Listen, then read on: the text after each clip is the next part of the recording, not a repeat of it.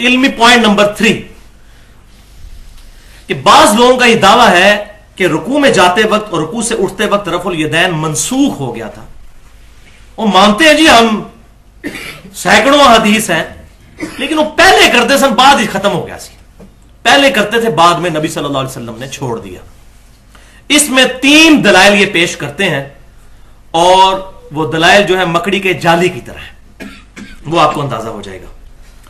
پہلی یہ دلیل پیش کرتے ہیں کہ جی وہ ایک حدیث ہے کہ صحابہ کرام علیہم رضوان، ایک حدیث ہے سن سنا کے سننی، ہم پڑھ پڑھا کے سننی، یہ سن سنا کے سننی. ایک حدیث ہے کہ وہ بعض منافقین جو ہے وہ اپنی بغلوں میں بت رکھ کر تو نبی صلی اللہ علیہ وسلم کے پیچھے آ کے نماز نیت کر لیتے تھے، تو آپ صلی اللہ علیہ وسلم رفع الیدین کرتے تھے تاکہ وہ بت گر جائے. بھائیو وہ تو پہلے رفع الیدین میں بت گر جائے گا، اور اگر آپ اس طریقے سے رفع الیدین کر کے کریں تو آپ پوری نماز میں ہی کرتے رہیں گے، بت نہیں گرے گا. یہ حدیث دنیا کی کسی کتاب میں، حدیث کی کتاب میں بغیر سند کے بھی موجود ہو، ضعیف کی تو بات ہی نہیں میں کر رہا، بغیر سند کے حدیث کی کتاب میں، ہم سارے کے سارے معاملات جو ہیں وہ چھوڑنے کے لیے تیار ہیں. اتنا بڑا چیلنج ہے، ورنہ پھر توبہ کریں، اللہ سے ڈر جائیں. اتنے بڑا جملہ، اور اس میں وہی بات کروں گا جو بخاری اور مسلم کی متفق علیہ حدیث ہے. آپ صلی اللہ علیہ وسلم نے فرمایا جس شخص نے میری طرف جھوٹی حدیث منسوب کی وہ اپنا مقام دوزخ میں دیکھ لے. توبہ کریں. اور صحیح مسلم میں حدیث ہے، مقدمے میں امام مسلم لے کر آئے ہیں کہ سیدنا ابو ہریرہ رضی اللہ تعالیٰ عنہ کہتے ہیں کہ نبی صلی اللہ علیہ وسلم نے فرمایا کہ ایسا زمانہ بھی آئے گا، اور قرب قیامت کے لیے پرٹیکولر فرمایا کہ لوگ ایسی ایسی حدیثیں تم سے بیان کریں گے جو تمہارے آباء و اجداد نے بھی نہ سنی ہوں گی. ان سے بچنا کہیں وہ تمہیں فتنے میں مبتلا کر کے گمراہ نہ کر دیں. آباء و اجداد سے یہ نہیں مراد کہ ہمارے ماں باپ اگر ان پڑھ ہیں، انہوں نے تو قرآن بھی نہیں اگر پڑھا ہوا تو انہوں نے نہیں سنی ہوگی. مراد یہ ہے کہ جو اہل علم گزرے ہیں انہوں نے اس کو بیان نہیں کیا ہوگا. اگر وہ پڑھیں گے نہیں قرآن حدیث تو آباء و اجداد کو کہاں سے پتہ چلے گا. مراد یہ ایسی حدیثیں ہوں گی جو کہیں موجود ہی نہیں ہوں گی، اور انہی میں سے یہ ہے. اور الحمدللہ میرے نبی صلی اللہ علیہ وسلم کی خوشخبری جو تھی، قیامت کی نشانیوں میں سے ایک جو نشانی تھی وہ ہمیں اس حدیث کی شکل میں نظر آ رہی ہے جو بالکل منسوب کی جھوٹی، کہ مکے میں رفع الیدین ہوتا تھا، مدینے میں نہیں ہوتا تھا، وہاں بت رکھ کے آتے تھے.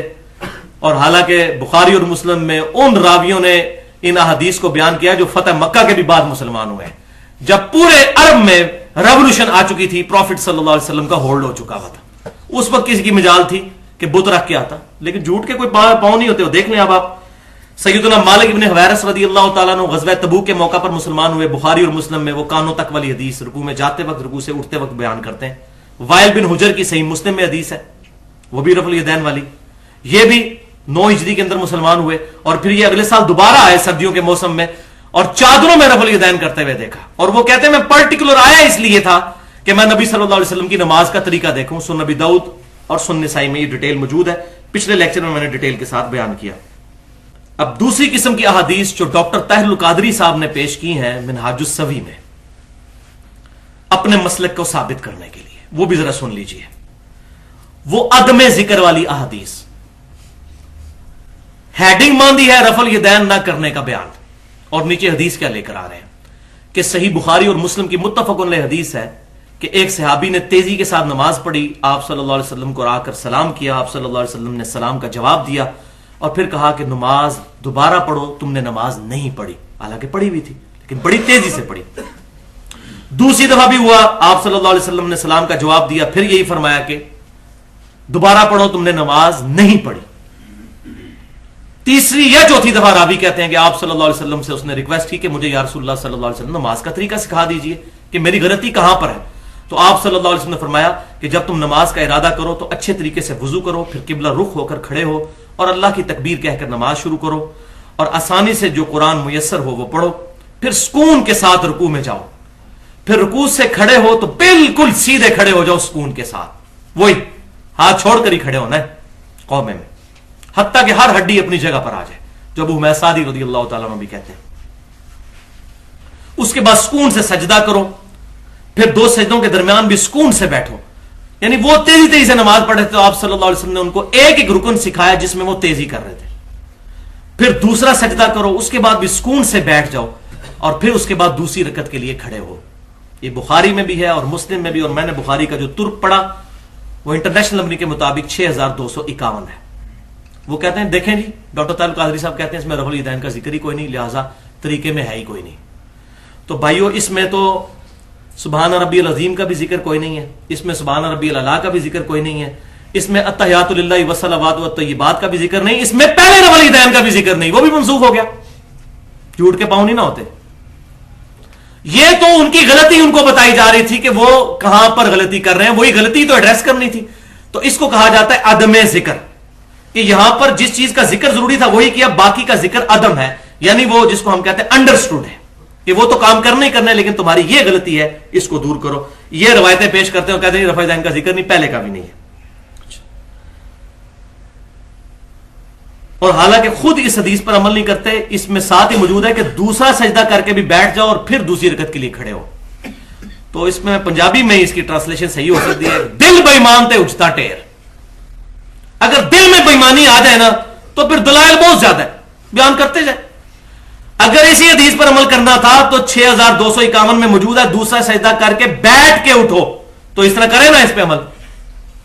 لیکن وہ نہیں کریں گے, وہ اپنے فرقے کے خلاف بات ہو جائے گی, پھر تو بات کہیں اور نکل جائے گی.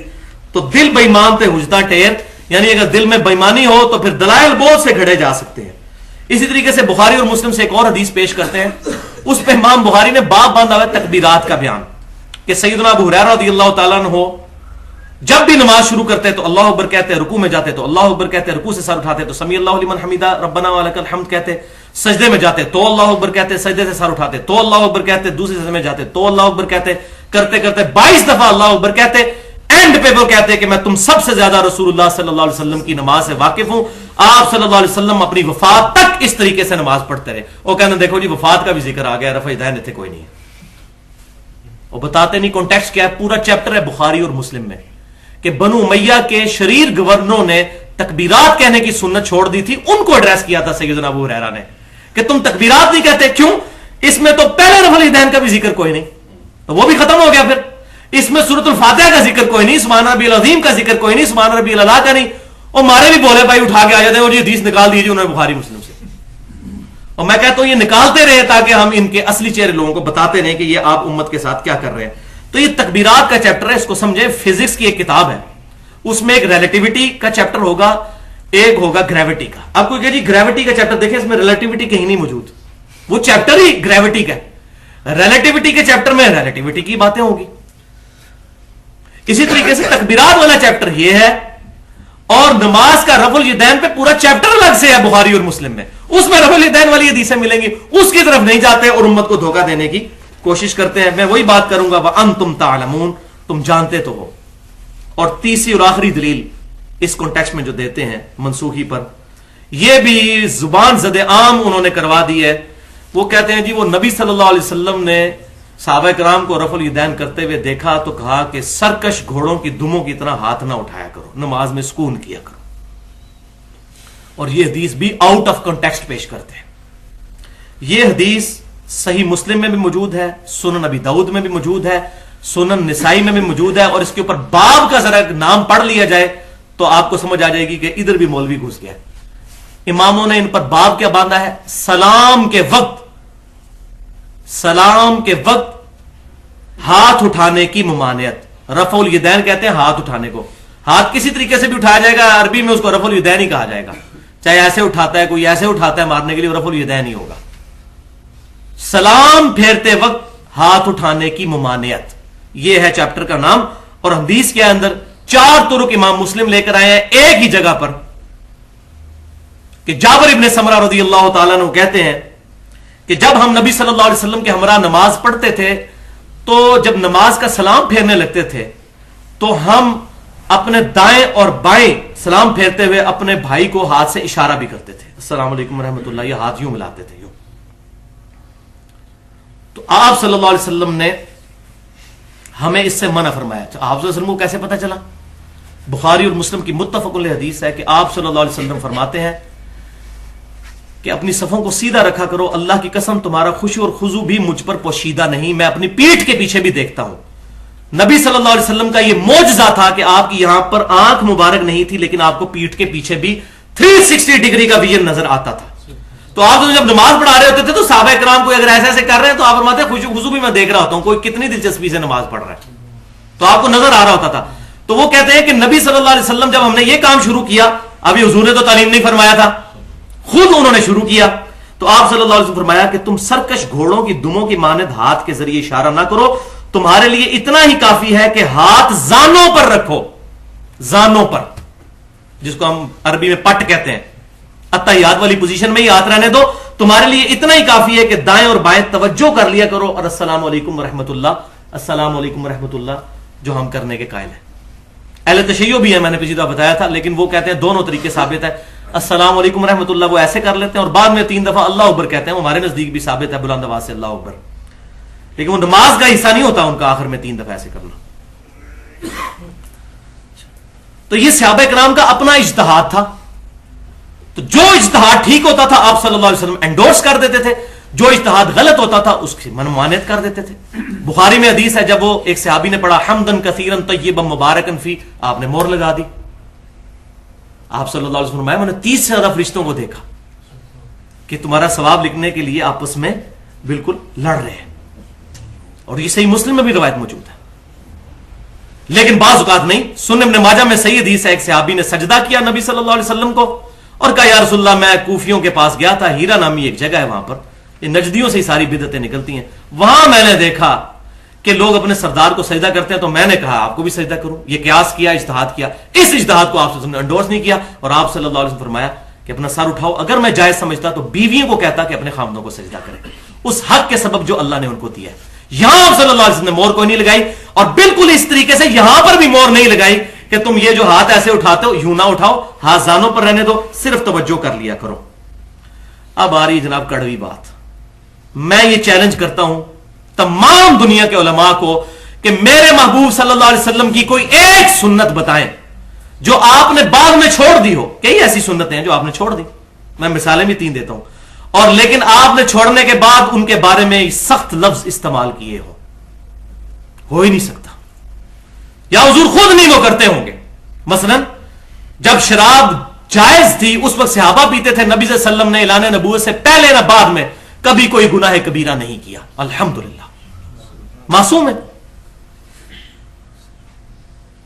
شراب کبھی نہیں پی. قرآن پاک میں آیا یہ رجس من عمل الشیطان، یہ نجس ہے اور عمل شیاطین میں سے. صحابہ کرتے تھے، سخت الفاظ سے منع ہوا. حضور صلی اللہ علیہ وسلم نے کبھی یہ نجس کام اور معاذ اللہ استغفر اللہ شیطان والا کام نہیں کیا. تو بھائیو یہاں جو الفاظ استعمال ہو رہے ہیں سرکش گھوڑوں کی دمیں، حضور اپنی سنت کو یہ کہہ سکتے ہیں؟ والعیاذ باللہ. میں آپ کو مثالیں دیتا ہوں. بخاری اور مسلم کی متفق علیہ حدیث ہے، آپ صلی اللہ علیہ وسلم نے فرمایا کہ میں نے تمہیں 3 دن تک قربانی کا گوشت رکھنے کی اجازت دی تھی، اور وہ اس لیے کہ اس وقت مسلمان غریب تھے. اب میں تمہیں اجازت دیتا ہوں کہ قربانی کا گوشت سٹور کر سکتے ہو. That's all. کچھ نہیں کہا کہ اس وقت میں نے تمہیں جو یہ کہا تھا تو اب یہ کہہ رہا ہوں، بس دیٹس آل. صحیح مسلم میں حدیث، آپ صلی اللہ علیہ وسلم نے فرمایا میں نے تمہیں قبروں پر جانے سے روک دیا تھا، لیکن اب میں تمہیں اجازت دیتا ہوں کہ تم قبروں پر جاؤ تاکہ آخرت کی یاد آئے. بخاری اور مسلم کی متفق علیہ حدیث ہے، صحابہ کرام کہتے ہیں جب ہم حبشہ سے ہجرت کر کے واپس آئے تو ہم نے آپ صلی اللہ علیہ وسلم کو نماز پڑھتی ہوئی حالت میں پایا، تو آپ کو سلام کیا اور آپ صلی اللہ علیہ وسلم نے سلام کا جواب ہی نہیں دیا، حالانکہ پہلے آپ صلی اللہ علیہ وسلم نماز کے دوران بھی جواب دیتے تھے، اس وقت تک اجازت تھی. تو سلام پھیر کر آپ صلی اللہ علیہ وسلم نے فرمایا کہ نماز مشغولیت والا کام ہے، اس لیے میں نے تمہیں بعد میں دیا. تو صحابہ سمجھ گئے کہ یہ بھی منسوخ ہو گیا. کوئی سخت لفظ نہیں استعمال کیے کہ یہ کوئی نماز ہوتی تھی پہلے، یہ کوئی باتیں ہوتی تھیں، یہ کیا فضول طریقہ ہوا کہ نماز کے درمیان بھی گفتگو کی جائے، سلام کا جواب دی. کوئی بات نہیں کی کیونکہ آپ خود کرتے رہے ایسے.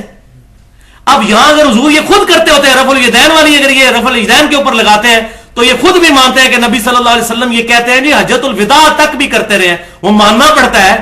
9-10 ہجری کے صحابہ مسلمان ہو رہے ہیں جو رفع الیدین کی حدیثیں بخاری اور مسلم میں بیان کر رہے ہیں، اس سے تو چھٹکارا ہی کوئی نہیں ہے.